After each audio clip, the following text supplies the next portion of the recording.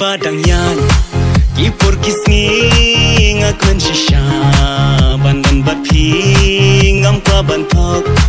Kay bangadon nadu mensim Ya pi ngamon Lada dung ne syai kum sngi pi perlai Hajingi jong api long kum ta Nga perkatang ya pi na na na na na na na na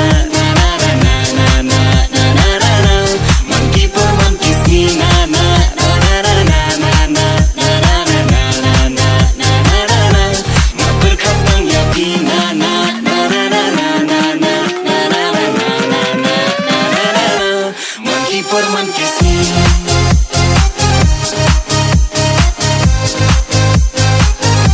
Nga berkembang yakin